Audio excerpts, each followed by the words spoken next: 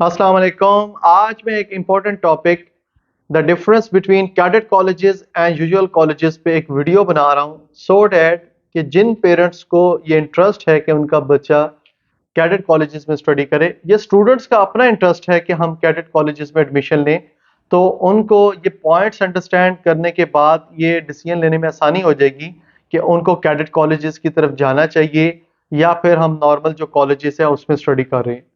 मैं 5-6 highlighted points को discuss करूंगा, ज़्यादा डिटेल में डिस्कस नहीं करूंगा सो डैट कि आपको एक बर्ड्स आई व्यू मिल जाएगा और आपको डिसीजन लेने में आसानी हो जाएगी और आपको मेन जो डिफरेंस है कैडेट कॉलेजेस में और यूजुअल कॉलेजेस में जिसमें हम स्टडी करते हैं नॉर्मली, तो उसमें आपको फ़र्क पता चल जाएगा। सबसे पहले मैं आपको बता दूं कि कैडेट कॉलेजेस में जब आपके बच्चे की ग्रूमिंग की जाती है तो 3 डिमेंशनली होती है। आपकी बच्चे की जो अपीयरेंस है, उसकी पर्सनैलिटी है, एज वेल एज उसकी जो फिजिकल एस्पेक्ट्स हैं, फिजिकल ग्रूमिंग है, और आपके बच्चे की साइकोलॉजिकल जो एस्पेक्ट्स हैं, साइकोलॉजिकल ग्रूमिंग है, मेंटल एबिलिटीज की, ये तीनों चीज़ों की एक बैलेंस्ड ग्रूमिंग की जाती है सो डैट कि एक बैलेंस किस्म का इंसान जो है वो आगे हम प्रमोट करें और आगे चल के वो मिलिट्री को या फिर आप सिविल किसी ऑर्गेनाइजेशन को वो अगर ज्वाइन करता है तो वो कैसे लीड कर सकता है बेहतर तरीके से। सबसे पहला पॉइंट आ जाता है रिस्पेक्ट फॉर एल्डर्स। हमारे स्कूल कॉलेजेस में हम उतनी रिस्पेक्ट नहीं देते अपने सीनियर को जितनी कैडेट कॉलेजेस में अपने सीनियर को या टीचर्स को, मेंटोर्स को, इंस्ट्रक्टर्स को रिस्पेक्ट दी जाती है। उनको ये सिखाया जाता है कि आपने उनकी ड्यू रिस्पेक्ट कैसे करनी है और उनको कैसे रिस्पेक्ट देकर आपने रिस्पेक्ट गेन करनी है। मतलब कि do respect and have respect, ये चीज वहां पे लाजमी सिखाई जाती है। नंबर 2 पे है डिसिप्लिन। आपकी लाइफ में डिसिप्लिन ना हो, आप जितने मर्जी मोटिवेटेड हैं, जितने मर्जी कोई बड़ी चीज अचीव करना चाहते हैं, आप अचीव नहीं कर सकते।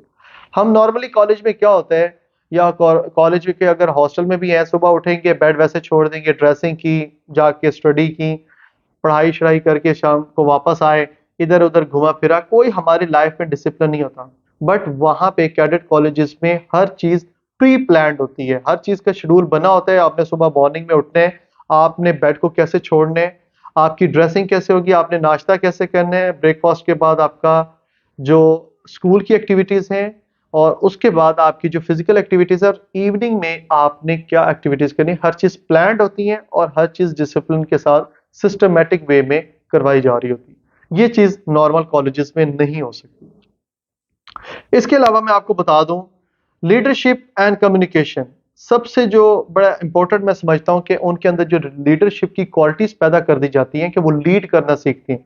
वो घबराते नहीं है चैलेंजेस से, वो परेशान नहीं होते, वो सिंपली कोई भी चैलेंज आ जाए, कोई भी प्रॉब्लम्स आ जाए तो उसको फेस करने की करेज रखते हैं। एंड सेकंड वन, उनके अंदर कम्युनिकेशन स्किल्स आ जाते हैं। वो बात करने का तरीका कि बड़ों से कैसे बात करनी है, अपने से छोटे जूनियर से कैसे बात करनी है, अपनी कम्युनिकेशन को इफेक्टिव कैसे बनाना है, किसी को कन्विंस कैसे करना है, लॉजिकल रीजनिंग, ये चीज वहां पे सिखाई जाती है, जिसकी वजह से उसकी पर्सनैलिटी टोटली डिफरेंट हो जाती है एक नॉर्मल स्टूडेंट से। ये बहुत बड़ा पॉइंट है। और उसके बाद सेल्फ रिस्पेक्ट, सेल्फ एस्टीम, उसको उसकी इज्जत बताई जाती है, उसकी रिस्पेक्ट बताई जाती है। तो वो दूसरों की इज्जत को भी बड़ा वेट देता है और अपनी इज्जत, अपनी रिस्पेक्ट को भी बहुत ज्यादा वेट देता है, और किसी भी किस्म की इमोरल एक्टिविटीज में इन्वॉल्व नहीं होता। और वो इस चीज को बड़ा सख्ती से नोटिस करता है कि अगर कोई उसके ऊपर ब्लेम करे, उसकी ऑनेस्टी के ऊपर, उसकी इंटेग्रिटी के ऊपर, तो उस चीज को बड़ा सीरियस लेता है। Last but not the least, physical activities, sports and games, ये वो चीजें हैं जो हमारे कॉलेजेस में सिर्फ 5-6 दिन के लिए करवाई जाती हैं, और स्पोर्ट्स मेला करवा के आपको और आपके पेरेंट्स को खुश कर दिया जाता है कि जी आपकी स्पोर्ट्स एक्टिविटीज हो गई हैं, जी बड़ी हेल्दी एक्टिविटीज हो रही हैं, 4-5 फोटो खींचते हैं, सोशल मीडिया पे लगाते हैं और आप खुश हो जाते हैं।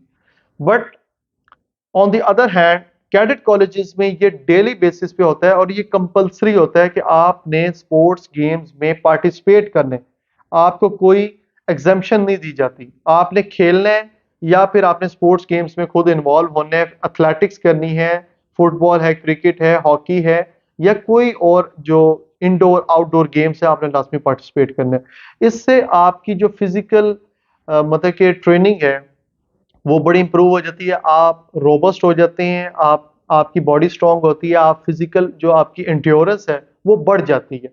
तो ये डिफरेंस है एक नॉर्मल स्टूडेंट में कि हमारा जो नॉर्मल स्टूडेंट है वो पढ़ाई कर करके मेंटली तो अच्छा होगा, उसकी ग्रेडिंग भी नंबर भी बहुत अच्छे होंगे, बट फिजिकली आपने देखा होगा उसकी पर्सनैलिटी इनकम्प्लीट होती है।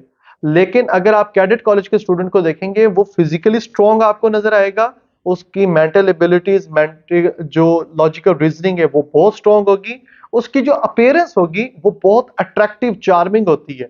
तो वो चीज एक बैलेंस्ड लाइफ आप कह सकते हैं, ये एक बैलेंस्ड आप पर्सनैलिटी कह सकते हैं।